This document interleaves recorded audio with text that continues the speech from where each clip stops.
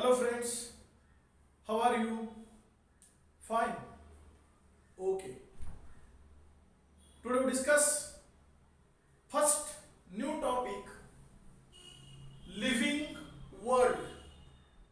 Living world याला मराठीमध्ये शब्दशः काय आपण म्हणतो? सजीवांचं विश्व. सजीवांचं विश्व. Actually, this topic is very simple and very small. We will complete within only 2 lectures. दोनच लेक्चर मध्ये आपण हा टॉपिक संपवणार आहे. इतका साधा सोपा छोटा टॉपिक आहे. दैनंदिन जीवनात व्यवहारात तुम्हाला बऱ्यापैकी माहिती असलेलं ज्ञान या टॉपिक मध्ये आहे. जे तुम्हाला माहिती आहे तेच फक्त पुन्हा आपण रिवाइज करून घ्यायचं आहे, उजळणी करून घ्यायची आहे किंवा असलेलं ज्ञान कन्फर्म करून घ्यायचं आहे. बेसिक कन्सेप्ट्स आहेत, हे पहिल्याच टॉपिक मध्ये आपण समजून घ्यायचं आहे. खरं तर हा टॉपिक आपण पहिल्याच लेक्चरला घ्यायला हवा होता, पण तरी सुद्धा आपण मुद्दाम जाणीवपूर्वक किंगडम ॲनिमलिया हा टॉपिक घेतला.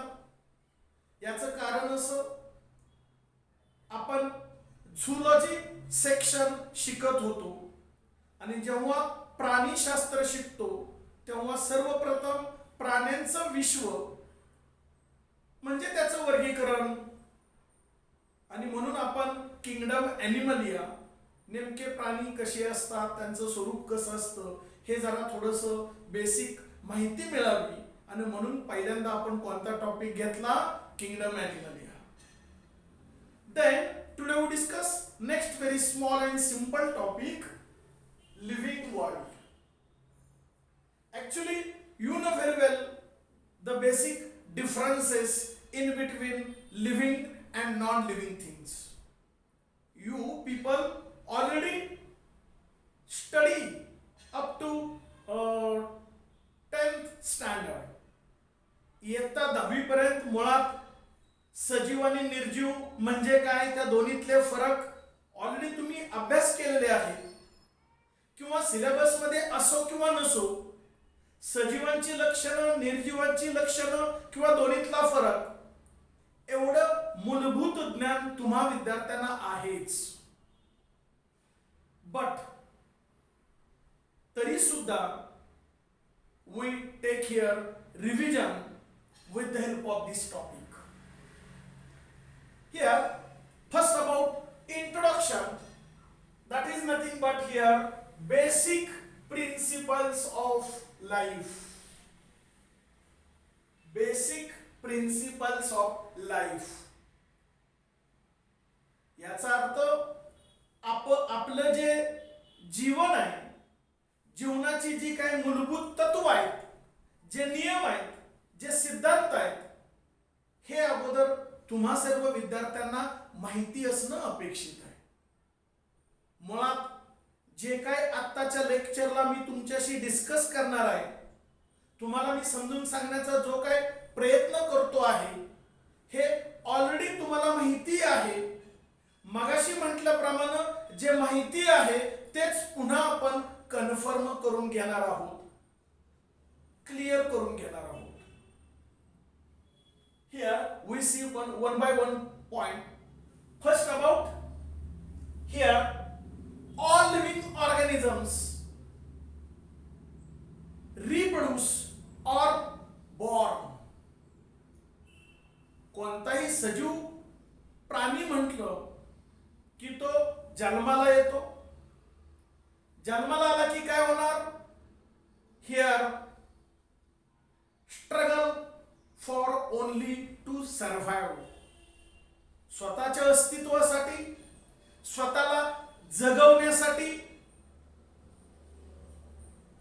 तो काय करत असतो? स्ट्रगल करत असतो. Compete for food, water and shelter.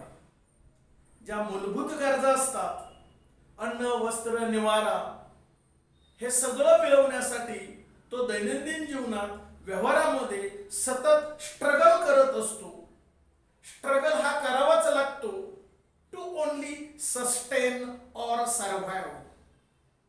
स्वतःचं अस्तित्व टिकवण्यासाठी, स्वतःला जगवण्यासाठी प्रत्येक सजीव हा संघर्ष करतच असतो. हे अत्यंत महत्वाचं मूलभूत तत्व आहे, बेसिक प्रिन्सिपल आहे. Then here, to sustain or to survive, each and every living organism need energy. प्रत्येक सजीवाला जर जगायचं असेल, स्वतःचं अस्तित्व टिकवायचं असेल, तर त्याला एनर्जीची खूप गरज असते. आणि एनर्जी जर मिळवायची असेल, obtain food from our near by environment. स्वतःला जर एनर्जी मिळवायची असेल, स्वतःला जगवायचं असेल, तर तो सभोवतालच्या वातावरणामधून अन्न मिळवतो आणि आपली भूक भागवतो आणि त्यामार्फत एनर्जी मिळवतो. मग एनर्जी मिळवण्याची प्रोसेस आहे. First one is digestion. त्याला त्याच्या शरीरामध्ये पचन नावाची प्रक्रिया घडवून आणावी लागते, digestion. And then next process here metabolism. Metabolism ज्याला काय म्हणतो आपण, चयापचय. म्हणजे फक्त पचन होऊन चालत नाही, त्याच्या पुढील बायोकेमिकल रिएक्शन्स होणं गरजेचं आहे. बायोकेमिकल रिएक्शन्सला या ठिकाणी इंग्लिशमध्ये मेटाबॉलिझम म्हटलं जातं, मराठीमध्ये त्याला आपण चयापचय असं म्हणतो. Meaning here breaking of molecules, that is nothing but catabolism, and then again formation of simple molecules called as a anabolism. Catabolism and anabolism, these two process combines to form a single process called as a metabolism. चयापचय,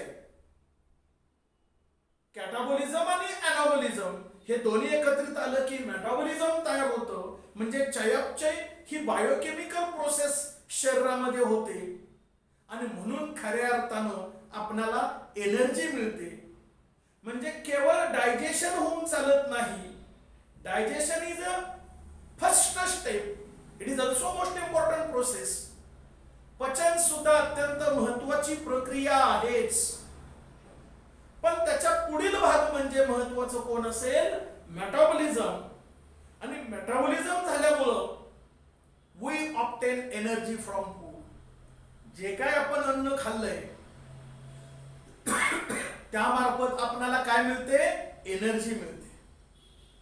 खरं तर energy कशी तयार होते, जेव्हा आपण अन्न खातो त्याचं पचन होईल, पचन झाल्यानंतर ते ऍब्सॉर्ब केलं जाईल with the help of intestine. आतड्यामार्फत ते शोषण केलं जाईल and mix into the blood stream. रक्ताच्या प्रवाहामध्ये ते मिक्स केलं जातं.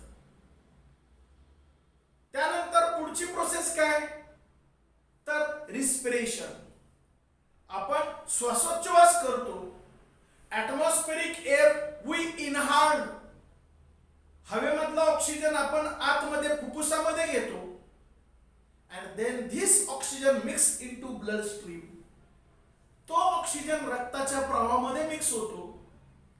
याचा अर्थ रिस्पिरेटरी सिस्टीम द्वारा ऑक्सिजन रक्तामध्ये मिक्स होतो आणि जे अन्न खाल्लं, पचन झालं, तो जो काय लिक्विड पार्ट आहे तो पण रक्तामध्ये मिक्स होतो आणि ऑक्सिजन आणि डायजेस्टेड फूड यांचं जेव्हा संयोग होतो, मिक्स होतात, food get oxidised to form energy in the form of ATP, adenosine triphosphate. या स्वरूपात एनर्जी तयार होते. म्हणजे या पद्धतीनं बायोकेमिकल चेंजेस व्हावे लागतात, रिॲक्शन्स व्हावे लागतात, डायजेशन व्हावं लागतं, मेटाबॉलिझम व्हावं लागतं आणि म्हणून एनर्जी तयार होते. आणि एनर्जी बॉडीला मिळाल्यामुळं वी सर्व्हाइव्ह, म्हणून आपण जगतो. हे बेसिक प्रिन्सिपल तुम्हा सर्व विद्यार्थ्यांना माहिती असणं अपेक्षित आहे. Then second point here, after metabolism, digestion और एनर्जी फॉर्मेशन, जो कोणता तो सजीव असेल ज्याच्या शरीराला आता एनर्जी मिळाली, का डायजेशन झालं, मेटाबॉलिझम झालं म्हणून त्याला एनर्जी मिळाली. एनर्जी मिळाली की पुढची प्रोसेस काय होणार? That organism start to develop, growth and development takes place. त्या प्राण्याची योग्य प्रमाणात वाढ आणि विकास होईल. तो जो कोण प्राणी असेल, तो जो कोण सजीव असेल, त्याच्या शरीराची योग्य प्रमाणात वाढ आणि विकास होणं गरजेचं आहे. Growth and development takes place. मग ही वाढ आणि विकास ही कशा पद्धतीनं होते? तर अप टू सर्टेन लिमिट, त्याला काही मर्यादा असतात. In case of plant is another form. वनस्पतींच्या बाबत विचार कराल तर वेगळं स्वरूप असेल. And in case of animal there is another form. प्राण्यांच्या ग्रोथ अँड डेव्हलपमेंट बाबतचा फॉर्मॅट वेगळा असेल, वनस्पतींचा वेगळा असेल. As well as in all living organism, प्रत्येक सजीवाची ग्रोथ अँड डेव्हलपमेंटची प्रक्रिया थोडीफार वेगळी असते. Some organisms are microscopic, some are small, some are medium, some are very large. तो सजीव कुठे राहतो, कोणत्या स्वरूपाचा आहे, त्याच्यानुसार त्याची काय होणार आहे? Growth and development. आणि प्रत्येक या ग्रोथ आणि डेव्हलपमेंटला एक लिमिट आहे, मर्यादा आहे. मर्यादापर्यंत त्या सजीवाची वाढ आणि विकास होईल, देन स्टॉप. नंतर ती वाढ आणि विकास पूर्णपणे थांबेल. आता आपली सुद्धा अंदाजे इयत्ता 12वी पर्यंत आपली उंची वाढते. त्यानंतर शक्यतो 12वीच्या नंतर शक्यतो आपल्या ह्युमन बीइंग्स मध्ये उंची फारशी वाढत नाही. वाढलं तर आपला स्थूलपणा वाढेल, वजन वाढेल, शरीराचा आकार वाढेल, त्याला पण लिमिट आहे. कॉमनली आपलं वेट किती असतं? 70 किलो, 80 किलो ह्या रेंज मध्ये असेल किंवा 60 किलो. याच्यापेक्षा फार काय नाही. निमाला पोत काय जणांचं 90, 100 असू शकेल. अजून निमाला पोत 110, 120 असू शकेल. पण 200 kg, 500 kg असं होऊ शकत नाही. अगदीच रेअर केस एखादी असू शकेल. पण कॉमन सर्व ह्युमन बीइंग्स मध्ये किती अनलिमिट उंची वाढते, अनलिमिट बॉडी वेट वाढते असं कधी होत नाही. याचा अर्थ वाढ आणि विकास प्रत्येक सजीवाची मर्यादेपर्यंतच होत असते. हेही बेसिक प्रिन्सिपल तुम्हा सर्व विद्यार्थ्यांना माहिती असणं अपेक्षित आहे. After some years here old age takes place. शेवटी वयस्करपणा येतो, म्हातारपण येतं. मग तो कुणीही असो, प्लांट असो, लोअर ॲनिमल्स असो, हायर ॲनिमल्स असो, पृथ्वी तलावरचा कोणताही सजीव आहे जो जन्माला आलेला आहे तो हळूहळू डेव्हलप होईल, त्याचा वाढ विकास होईल, मर्यादेपर्यंत त्याचा वाढ विकास होईल. नंतर तो वयस्कर म्हणजे म्हातारपण त्याला येईल. Ageing, old age takes place. Body cells, body tissue, body organs, body system becomes very weak or poor. त्या सजीवाच्या शरीरामधल्या ज्या काही पेशी असतील, टिश्यू म्हणजे उती असतील, ऑर्गन म्हणजे अवयव असतील, सिस्टीम म्हणजे संस्था असतील, बॉडी पूर्णपणे हळूहळू वीक होईल, कमकुवत होईल. म्हणजे म्हातारपण येईल, वयस्करपणा येतो, हे सर्वच सजीवांच्या बाबत हे महत्वाचं बेसिक प्रिन्सिपल असलेलं आपल्याला लक्षात येतं. Then after some years here end point, शेवटी एंड पॉइंट काय येईल? दॅट ऑर्गॅनिझम डाय, त्याचा मृत्यू होईल, तो मरण पावेल. मग असं जर झालं, प्रत्येक सजीव जन्माला आलाय म्हणजे कधी ना कधी तो मरणार, हे खरं तर अंतिम सत्य आहे. जगातला कोणताही सजीव आहे असेल, तो जन्माला आलाय म्हटल्यानंतर तो 100% कधी ना कधी मरण पावणार, हे जीवनातलं अंतिम सत्य आहे. हे खरं बेसिक प्रिन्सिपल आहे. मग असे जन्माला आलेले जर सगळे मरण पावले, तर आपल्या पृथ्वी तलावरती भविष्यात कुणीही लिव्हिंग ऑर्गॅनिझम असणार नाही. मग भविष्यात जर लिव्हिंग ऑर्गॅनिझम असायला पाहिजेत, असं जर घडायला हवं, तर महत्वाची प्रक्रिया कोणती होणं गरजेचं आहे? रिप्रोडक्शन, पुनरुत्पादन होणं गरजेचं आहे. जन्माला येणं गरजेचं आहे. आणि जन्माला येण्यासाठी दोन प्रोसेस आहेत, asexual reproduction and sexual reproduction. In case of plant, वनस्पतीमध्ये शक्यतो असेक्सुअल रिप्रोडक्शन होतं, काही यांच्यामध्ये सेक्सुअल रिप्रोडक्शन घडतं, पण मोस्टली असेक्सुअल रिप्रोडक्शन घडतं. आणि आपल्या प्राण्यांच्या मध्ये कसं घडतं? Sexual reproduction. सेक्सुअल रिप्रोडक्शन म्हणजे काय होतं? मेल आणि फिमेल दोघं एकत्रित येतात आणि मग त्यांच्यापासून नवीन यंगवंश जन्माला येतो. या प्रोसेसला आपण रिप्रोडक्शन असं म्हणतो. आणि या रिप्रोडक्शन प्रोसेसद्वारा नवीन यंगवंश जन्माला येतो. हा नवीन यंगवंश जन्माला येणं फार फार गरजेचं असतं टू सस्टेन लिव्हिंग लाईफ. म्हणजे सजीवांचं अस्तित्व टिकवायचं असेल, पृथ्वी तलावरती पुन्हा तेच लिव्हिंग ऑर्गॅनिझम जन्माला आणायचे असतील, तर रिप्रोडक्शन प्रोसेस फार फार महत्वाची आहे. कारण अगोदर जन्माला आलेला तो जन्माला आलेला म्हणजे कधी ना कधी मरण पावणार.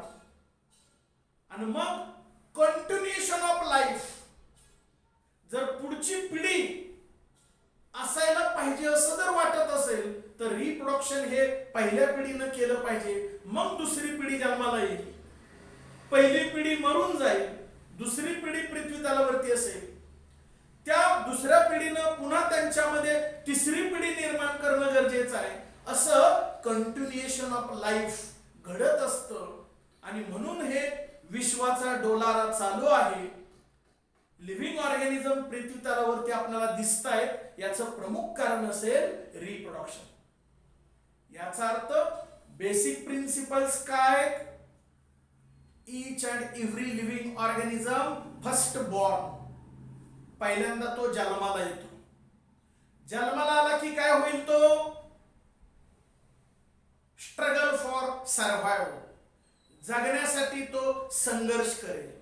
संघर्ष करेल म्हणजे काय करेल? To obtain food from environment, सभोवतालच्या वातावरणामधून अन्न मिळवेल. अन्न मिळवलं की काय करेल? डायजेशन अँड मेटाबॉलिझम, शरीरामध्ये तो काय करेल? पचन प्रक्रिया घडवून आणेल, मेटाबॉलिझम घडवून आणेल. डायजेशन आणि मेटाबॉलिझम झालं की पुढे काय होईल? Development of cells, tissue, organ, system, development of growth and development of body takes place. शरीराची योग्य प्रमाणात वाढ होईल, वाढ आणि विकास होईल. शरीराची योग्य प्रमाणात वाढ आणि विकास ही घडत राहील, but up to certain limit.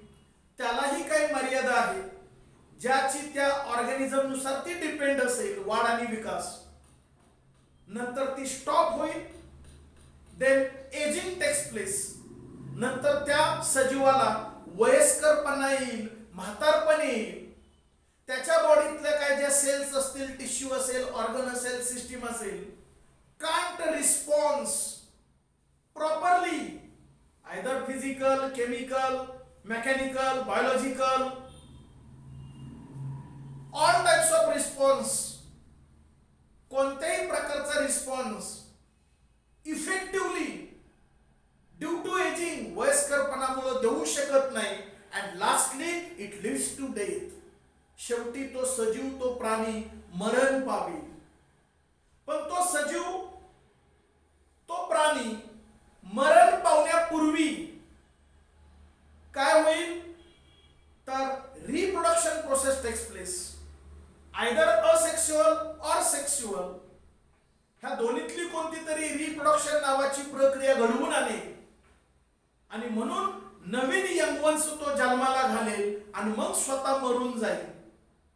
या पद्धतीनं पृथ्वी तलावरती सजीवांचं अस्तित्व टिकून राहील. These are actually basic principles of life. ही खरी जीवनाची मूलभूत तत्व आहेत. हे खरं तर तुम्हाला सर्व माहिती होतं, फक्त आपण या टॉपिकच्या निमित्तानं रिवाइज केलं, रिव्हिजन केली. I hope you understand about basic principles of life. That is nothing but introduction of this topic, living world. आता या टॉपिक मध्ये आपल्याला अजून काय शिकायचं आहे? You know very well there are vast variety of organism, living organism.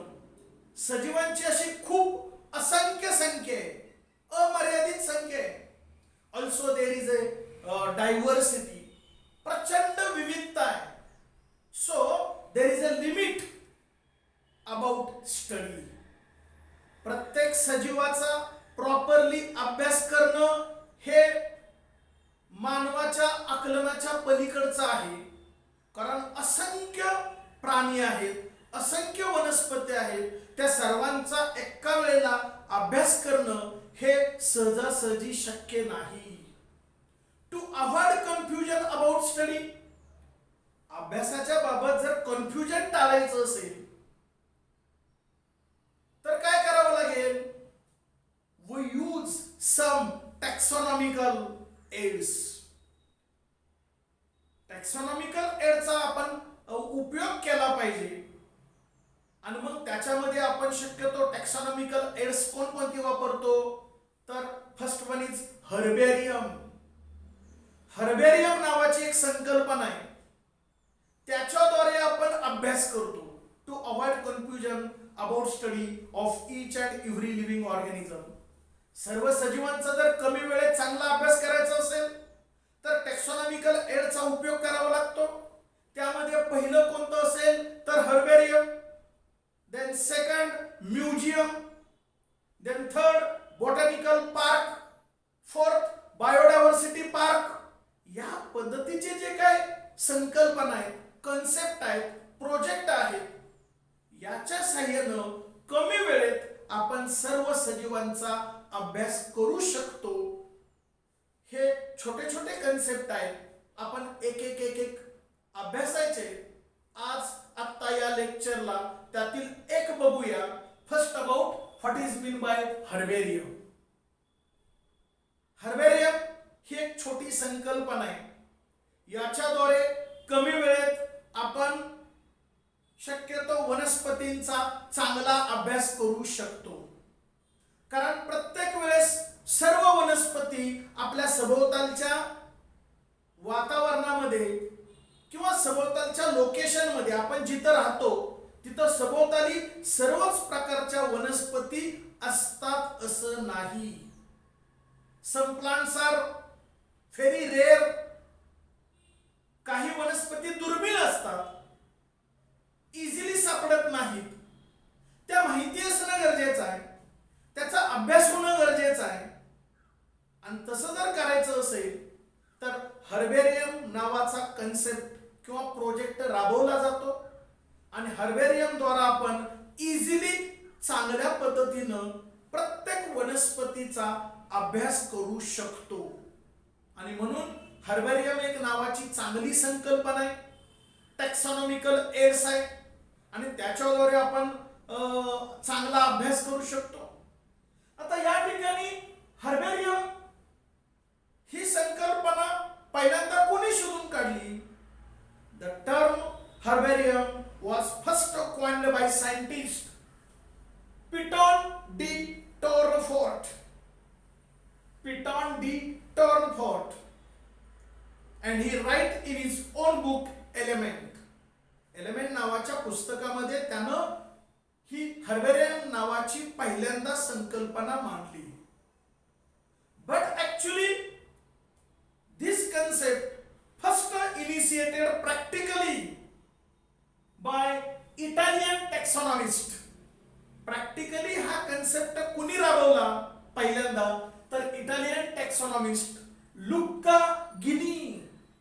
Lucca guinea या शास्त्रज्ञानं, की जो इटालियन टॅक्सॉनॉमिस्ट आहे, यानं सर्वप्रथम ही संकल्पना प्रॅक्टिकली इम्प्लिमेंट केलेली दिसून येते. मग आता नेमकं हर्बेरियम म्हणजे काय संकल्पना आहे? तर पहा, इथं मी डायग्राम काढलेले, हीच मोठी डायग्राम मी व्यवस्थित काढतो.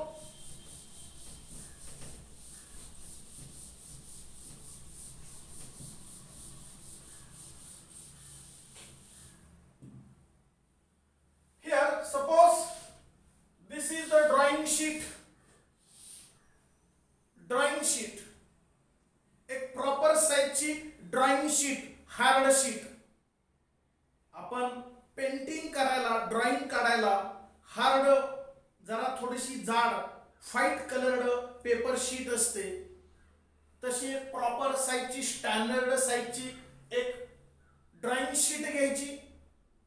Then here in this box, या बॉक्स मध्ये इथं जागा ठेवायची फॉर लेबल नावासाठी. And then we take any species of plant. Example, we take here periwinkle plant. सदाफुली.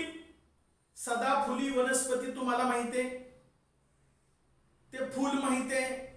एक्झाम्पल म्हणून घेतोय, ती छोटी वनस्पती आहे, ती फुला पाना सहित एवढी अख्खी वनस्पती घ्यायची. And then this plant dry properly, ती सुकवायची, वाळवायची. प्लेस हियर, इथं अशी प्लेस करायची लाईक दिस.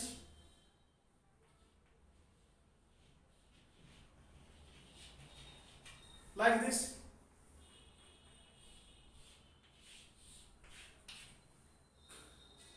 ह्या ड्रॉइंग शीट वरती सुकवून, वाळवून आहे तशी चिकटवायची, पेस्ट करायची. With the help of here plastic sheets और स्टिकर्स. स्टिकरच्या साह्यानं या ठिकाणी पूर्णपणे ही चिकटवायची त्या शीट वरती. ही प्लांट जी असेल ती सुकवायची, वाळवायची. ड्राय इट, प्रेस इट, वरून काहीतरी असं वजन ठेवायचं. पूर्णपणे ही पानं, ही फांदी, हे फूल पूर्णपणे त्या ड्रॉइंग शीटला चिकटेल, व्यवस्थित सुकेल, वाळेल, प्रेस होईल. And lastly very nice preserve it. अत्यंत चांगल्या पद्धतीनं ते प्रिझर्व होतं. आणि या पद्धतीनं हे कितीही दिवस, कितीही वर्ष आहे असं राहू शकतं, खराब होत नाही. मग या ठिकाणी काय करायचं लेबल्स? तर डेट, कोणत्या तारखेला हे आपण केलं ही तारीख लिहायची. देन हियर बॉटॅनिकल नेम, याचं बॉटॅनिकल नेम नेमकं काय? जसं की आपलं झुलॉजिकल नेम होमोसेपियन, तसं याचं बॉटॅनिकल नेम लिहायचं. देन नेक्स्ट लोकल नेम, त्या लोकल त्या भागामध्ये त्या वनस्पतीला काय म्हटलं जातं, लोकल नेम, ते त्या ठिकाणी लिहायचं.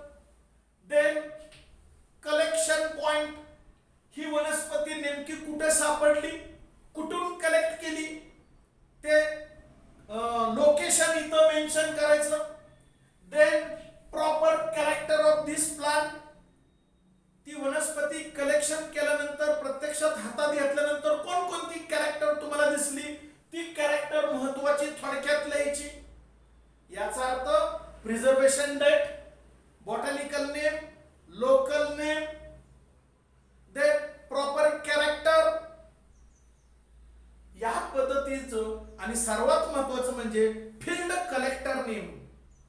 ज्यानं ही वनस्पती आणली आणि हे हर्बेरियम नावाची शीट तयार केली त्याचं नाव. या पद्धतीने या कोपऱ्यामध्ये राईट, या कोपऱ्यामध्ये बरोबर हे सर्व लेबलिंग करायचं आणि ड्रॉइंग शीट या पद्धतीची वनस्पती पेस्ट करून ठेवायची. ही जी काय संकल्पना केली जाते या कन्सेप्टला ऍक्च्युली हर्बेरियम असं म्हटलं जातं. म्हणजे अशी जर सीट्स करून ठेवल्या प्रत्येक वनस्पतींच्या, तर विद्यार्थ्यांना अभ्यास करायला सोपं जातं. एका वेळेला सर्व प्रकारच्या वनस्पतीच्या सीड्स प्रत्यक्ष पाहायला मिळतात.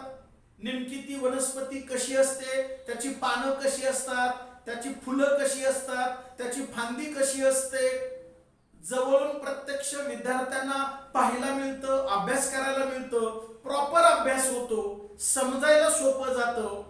या पद्धतीचा हा कन्सेप्ट असेल herbarium. Are you getting this? Is it clear? Okay.